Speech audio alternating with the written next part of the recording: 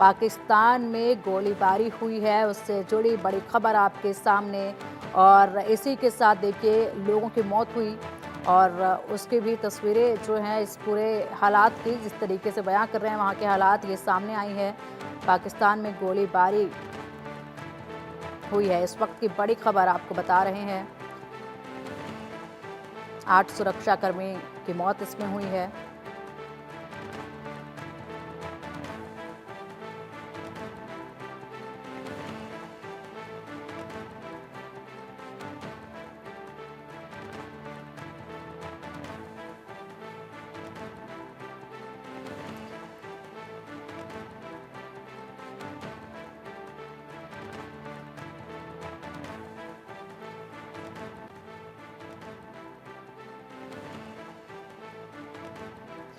तो पाकिस्तान के खैबर पख्तूनख्वा में फायरिंग हुई और इसमें 9 आतंकी और 8 सुरक्षाकर्मियों की मौत की खबर सामने आ रही है। इस वक्त की बड़ी खबर आपको बता दें, जहां पर पाकिस्तान में ये गोलीबारी हुई और इसमें सुरक्षाकर्मियों की भी मौत हुई है और आतंकियों की भी मौत हुई है। अधिक अपडेट के लिए हमारे सहयोगी अजय चांडियाल हमारे साथ जुड़ गए हैं।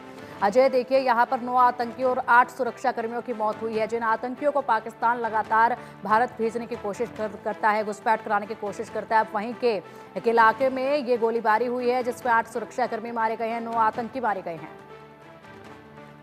देखिए, ये जो इलाका है दरअसल तिला वैली, ये इलाका पाकिस्तान के अगर बात की जाए तो उसी बियले का बलूचिस्तान का इलाका है, जहां पर पहले भी पाकिस्तान के साथ अगर आप देखें तो पाकिस्तानी सेना को काफी नुकसान उठाना पड़ा है। और अगर आप देखें तो पिछले 3 दिनों में ये तीसरी वारदात है जिसमें आतंकी और सुरक्षा बलों के बीच मुठभेड़ में सेना को भारी नुकसान उठाना पड़ा है। जो जानकारी मिल रही है उसके मुताबिक 7 सुरक्षाकर्मी जो पाकिस्तानी सेना के हैं, सुरक्षा बलों के हैं, वो मारे गए हैं, जबकि 6 जो लड़ाके हैं बीएलए के माने जा रहे हैं कि ये उनकी भी मौत हुई है।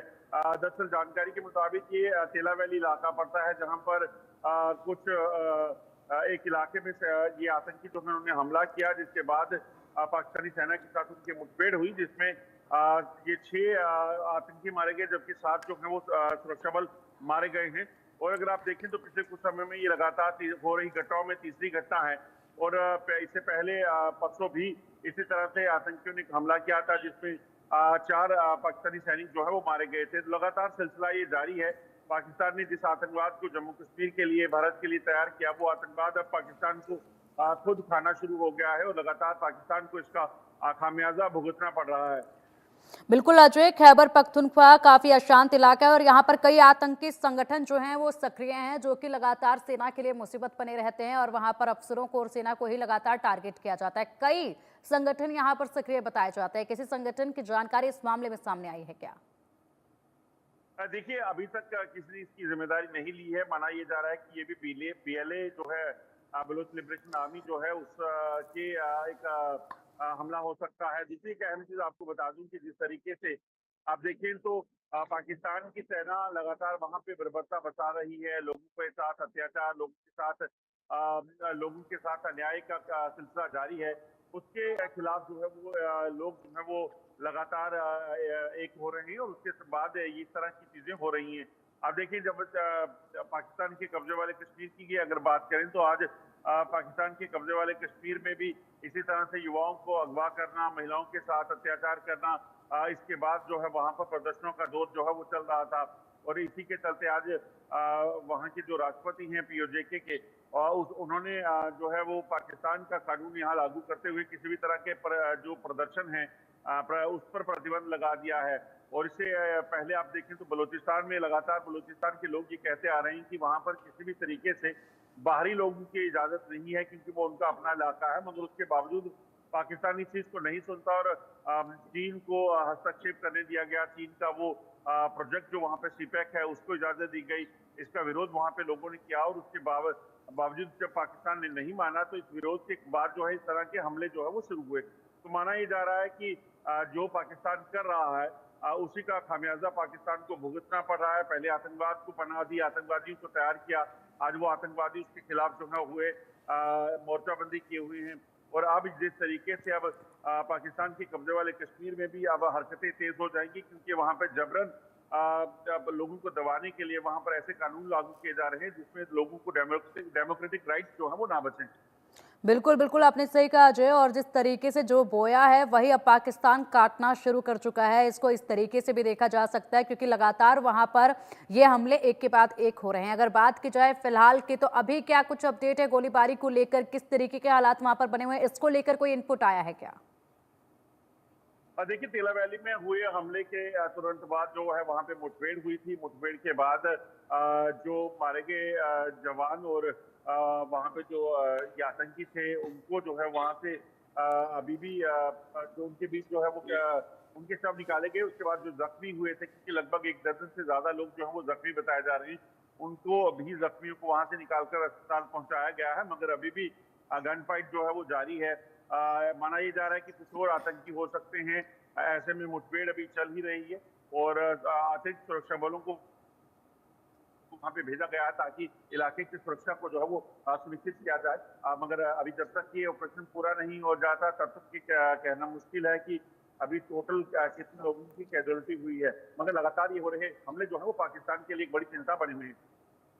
तो ऐसे में क्या लगता है अब अजय, जिस तरीके से पाकिस्तान में ये हमले, वहीं पर अंदरूनी कलह जो बनी हुई है, लगातार वहीं पर अटैक हो रहे हैं, अगर इसी के बीच हम लोग बात कर लें अपने जम्मू कश्मीर की, तो इस तरफ जो घुसपैठ कराने की कोशिशें की जा रही थी उस पर कोई इसका असर पड़ेगा क्या?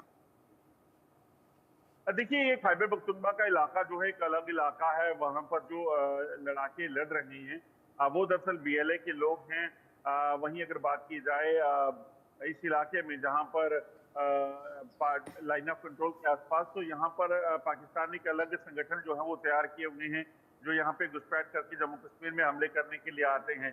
या तो अगर बात की जाए बलूचिस्तान की, तो वहाँ पे बीएलए के लोग एक्टिव हैं, या फिर जो खैबर का इलाका है वहां पर या कुछ बीएलए के आतंकी सक्रिय है, या फिर वहां पर आप देखें तो अफगानी टेररिस्ट जो है वहां पे एक्टिव रहे हैं।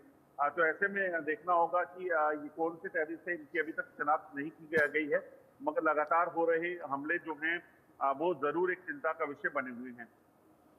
बिल्कुल, जिस तरीके से लगातार हमले हो रहे हैं और ऐसे में ये हमले लगातार तीसरी बार अब देखे गए हैं आए दिन में, और इसी के साथ बलूचिस्तान को लेकर भी जो तनाव इनके बीच में बना हुआ है, आर्थिक संकट जिस तरीके से वहां पर बना हुआ है, इसी के साथ पोल्यूशन को लेकर भी सबसे ज्यादा हालात गंभीर जो है वो पाकिस्तान में ही देखे जा रहे हैं। पाकिस्तान का ही जो लाहौर है वो सबसे ज्यादा इस वक्त पॉल्यूटेड देखा गया है पूरी दुनिया में।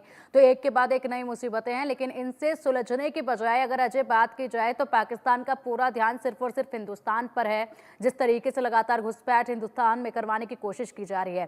अब जरा जम्मू कश्मीर में जो सर्च ऑपरेशन चल रहा है उसको लेकर भी अपडेट दे दीजिएगा।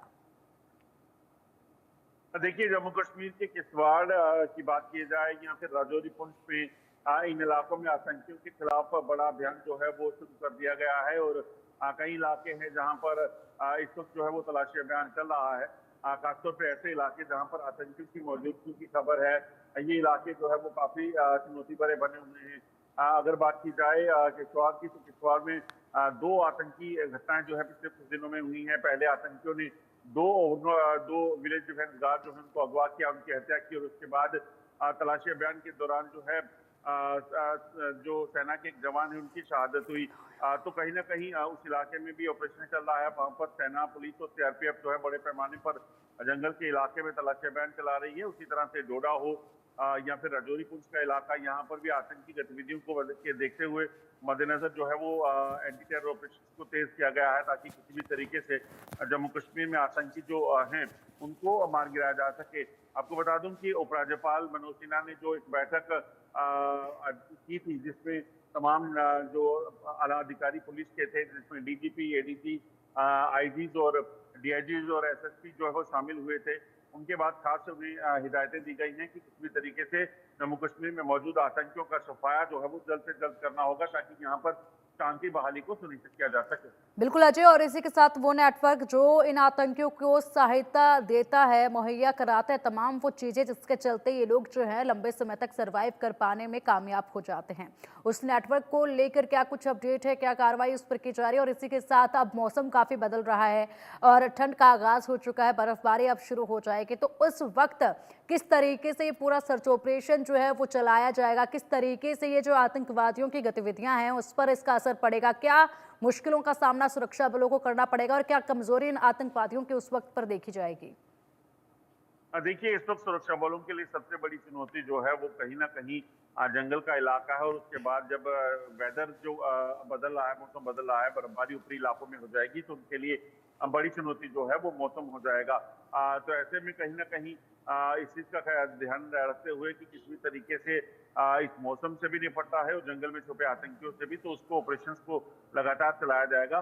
मगर ये है कि लाइन ऑफ कंट्रोल पर बर्फबारी के बाद जो है घुसपैठ की कोशिशें जो ऊपरी इलाकों में होती थी वो कम हो जाएंगी, जबकि प्रेशर जो है वो अंतर्राष्ट्रीय सीमा के इलाके में ज्यादा होगा, जहाँ पे तारबंदी जो बॉर्डर प्लेन बॉर्डर का इलाका है, जम्मू का इलाका है, वहां पर जो है ऑपरेशन जो है वो तेज हो जाएंगे। वहां पर घुसपैठ की चुनौतियां जो है बढ़ जाएंगी, जिसके लिए बीएसएफ और सेना को अलर्ट किया गया है। वहीं जम्मू कश्मीर पुलिस और सेना जो है वो हिंटरलैंड में भी छुपे हुए आतंकी के लिए लगातार कवायद चला रही है कि उनको जल्द ढूंढ निकाला जा सके। कश्मीर घाटी में जब सर्दियां ज्यादा हो जाती हैं तो आतंकी जंगलों से निकलकर रिहायशी इलाकों में अपनी पनाह बनाते हैं ओवरग्राउंड वर्कर के मदद से। मगर सेना जो है इन ओवरग्राउंड वर्कर के नेटवर्क को फाड़ फेंकने में भी लगी हुई है और लगातार इन टेररिस्ट को लोकेट कर रही है, ताकि जल्द से जल्द इन आतंकियों को ढूंढ निकाला जाए, उनको मार गिराया जाए। ठीक है, बिल्कुल। और चलिए अजय, एक बार फिर से बात कर लेते हैं खैबर पख्तूनख्वा की, जहां पर पाकिस्तान के सुरक्षा कर्मी पिछले कई सालों से स्पेशल ऑपरेशन चला रहे हैं, लेकिन वो जो स्पेशल ऑपरेशन पिछले कई सालों से चलाया जा रहा है उसका असर जो है नजर नहीं आ रहा है, और लगातार टारगेट वही होते जा रहे हैं। और ऐसे में अभी भी ऑपरेशन जो है पाकिस्तानी सेना का चलाया जा रहा है, वहां पर जो आपसी इनकी लड़ाई चल रही है आतंकवाद के साथ, उसको लेकर किस तरीके से इनका ये ऑपरेशन देखा जा रहा है, किस दिशा में जा रहा है, और क्या कुछ इनकी प्रणाली है पूरी इससे निपटने के लिए? देखिए, खैबर पख्तूनख्वा का जो इलाका है वहां पर बात की जाए, जहाँ बलूचिस्तान के इलाके की बात की जाए, तो इन सभी इलाकों में पाकिस्तानी सेना पिछले लंबे समय से आतंकियों के खिलाफ अभियान चलाने की बात कर रही है। मगर अगर आप देखें तो रिकॉर्ड बताता है कि आतंकियों से ज्यादा सुरक्षा बलों की मौत हुई है, क्योंकि जिस तरीके से लगातार जो लोग हैं, ये दरअसल जो वहां पर आतंकवाद है वो आतंकवाद बेसिकली आम लोगों द्वारा चलाया गया है। आम लोगों द्वारा इसलिए क्योंकि वो लोग जो हैं वो किसी भी तरह से पाकिस्तानी सेना का या फिर किसी बाहरी ताकत का हस्तक्षेप उनके इलाके में नहीं चाहते। वो नहीं चाहते कि उनके इलाके की जमीनें, उनके इलाके के जो रिसोर्सेज हैं वो कोई भी बाहरी लोगों को बेचे जाए, चाहे वो पावर प्रोजेक्ट्स की बात की जाए, चाहे वो उनकी जमीनों पर जो सीपैक की बात की जाए, कॉरिडोर की बात की जाए, उन सभी चीजों का वो विरोध कर रहे हैं, जिसके खिलाफ उनकी एक बड़ी मुहिम जो है वो चल रही है। ऐसे में अगर पाकिस्तान ने इस चीज को नहीं रोकता है तो यकीनन इस आतंकवाद को खत्म करना पाकिस्तान के लिए काफी चुनौती भरा है, क्योंकि अगर आप कुछ दिन पहले की ही एक स्टेटमेंट देखें तो बीएलए के एक आतंकी कमांडर ने जो है वो स्टेटमेंट दिया था और कहा था कि उनके पास अगर जंग भी हो जाए तो वो पाकिस्तान के साथ जंग के लिए तैयार हैं, क्योंकि उनके पास बड़ी तादाद में असला और गोला बारूद मौजूद हैं। तो बिल्कुल, ऐसे में कहीं ना कहीं पाकिस्तान को देखना होगा कि किस तरीके से ऐसे आतंकवाद से वो निपटे। बिल्कुल, बिल्कुल। और इसी के साथ अच्छा ये भी बताया जाता है कि जिस इलाके में फिलहाल ये गोलीबारी हुई है वहां पर पहले भी पाकिस्तानी सेना के ऊपर अटैक करते वक्त चीनी नागरिकों को भी निशाना बनाया गया, उन पर भी हमला वहां पर पहले हो चुका है। फिलहाल शुक्रिया अजय आपका इन तमाम जानकारियों के लिए।